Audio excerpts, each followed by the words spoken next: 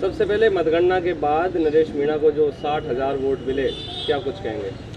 मैं सबसे पहले तो मैं हमारे जो देवतुल्य हमारी जो देवली उनियारा के जो हमारे लोग हैं सबको मैं बहुत बहुत धन्यवाद देना चाहूँगा कि उनका इतना जो भरपूर प्यार जो हमें मिला है सर्व समाज का, तो सभी का मैं कोटि कोटि बहुत बहुत मैं धन्यवाद। और जीवन भर हम ऋणी रहेंगे और मैं जब भी उनके दुख और सुख में हम आगे तैयार रहेंगे। हमारा संघर्ष जारी है और हम जनता के लिए, क्योंकि ये हमारा एक मात्र 15 दिन, हमारी 15 दिन की मेहनत थी और अब हम कंटिन्यू इनके बीच में रहेंगे, जनता की हम सेवा करेंगे, उनके दुख सुख में हमेशा हम तैयार रहेंगे। और मैं इतना कह नहीं सकता मैं मेरे मन से कि मैं इतना उनको धन्यवाद कि बहुत बहुत उनको धन्यवाद देना चाहूँगा। पूरी सर्व समाज के हमारी जितने भी हमारे माताएं बहन, हमारे युवा साथी और जो हमारे कार्यकर्ताओं ने जो मेहनत करी है,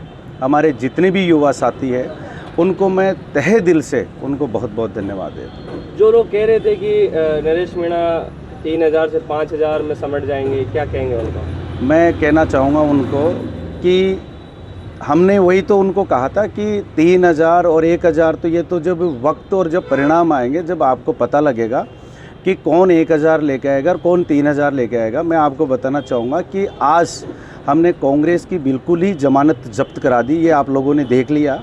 और ये हमारी 13 दिन की मेहनत थी और पार्टी का एक अपने आप में बहुत बड़ा वोट बैंक होता है। आज हमारा एक निर्दलीय में हमने जो मेहनत 15 दिन में की, अगर यही मेहनत अगर हम लोकसभा चुनाव के बाद में लिखते तो आज शायद उसका जीत हमारे चेहरे पे होती। मैं आपको बताना चाहूँगा।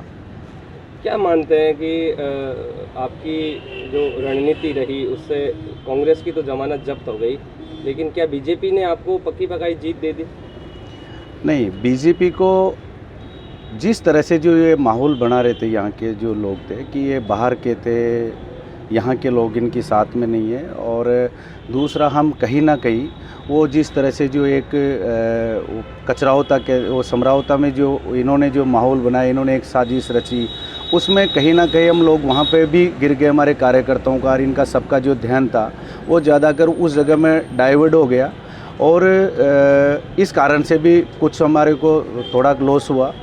नहीं तो काफ़ी नज़दीक जाते हम और फिर भी आगे हम इतनी मेहनत करेंगे और बेहतर हम सेवा करेंगे और आगे अगले जो चुनाव है उसके अंदर। बाकी मैं ये कहना चाहूँगा, आपको बताऊँ कि आज अगर कांग्रेस सही डिसीजन लेती और आज अगर टिकट दे देते तो आज शायद ये कांग्रेस को ये दिन नहीं देखने पड़ते। और अगर नरेश भाई साहब को अगर यहाँ से अगर टिकट मिल जाता तो अच्छे मार्जिन से हम लोग की सीट को निकालते। बिल्कुल, आप लगातार कांग्रेस से टिकट मांगते रहे थे, ऐसे में टिकट नहीं मिला। आप लगातार कांग्रेस खास करके हरीश मीणा पर लगातार आरोप लगाते रहे टिकट बेचने का। क्या ये नैरेटिव जो सेट किया था उससे भी आपको फ़ायदा मिला, हरीश मीणा को नुकसान हुआ? आपने ये बात बिल्कुल साबित हो गई कि उन्होंने पैसे लिया है। कि अगर मान लो वो सच्चे में रहते और अगर नहीं लिया होता तो कहीं भी आपको हरीश जी को किसी गांव के अंदर प्रचार करते हुए देखा हो तो मुझे बता दीजिए आप। हरीश जी किसी सभाओं के अलावा 2 सभाएं उन्होंने करी और किसी उसके बावजूद कहीं नज़र भी आए हो तो आप मुझे बता दीजिए।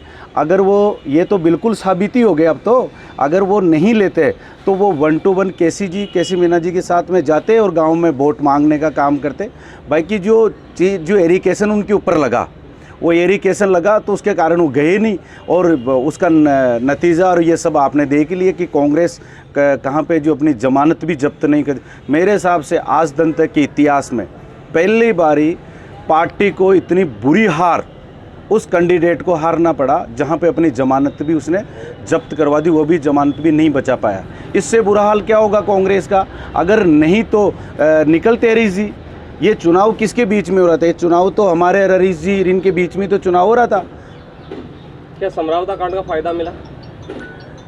नहीं, समरावता कांड का जो फ़ायदा है उसको हम फ़ायदा नहीं कह सकते, क्योंकि वो तो एक्चुअली में हमारी जिनाइन मांग थी। वहाँ तो वो हम उसके लड़ाई लड़ रहे थे। हमारी कोई हमें वहाँ से प्रॉफिट होगा कि नहीं होगा, नुकसान होगा, उसके बारे में नहीं। हम तो वहाँ पे सिर्फ हमारी जो वहाँ के लोगों की जो लड़ाई थी वो लड़ रहे थे और आगे भी जो उनकी मांगे हैं अगर गवर्नमेंट नहीं मानेंगे तो हम आगे भी हमारी लड़ाई जारी रहेगी। और भाई साहब का इंतज़ार है, बहुत जल्दी भाई साहब हमारे बीच में होंगे और उसके बाद में अगर या तो तमाम जितनी भी हमारी मांगे हैं या तो वो मान लेंगे, अगर नहीं मान पाए, अगर सरकार अगर हमारी जो मांगे नहीं मानेंगी और हमारे जितने भी जो युवा साथी है उनके केस अगर वापस नहीं लेगी तो उसके बाद हमारा आंदोलन जारी रहेगा। वो आते ही हम कंटिन्यू रखेंगे।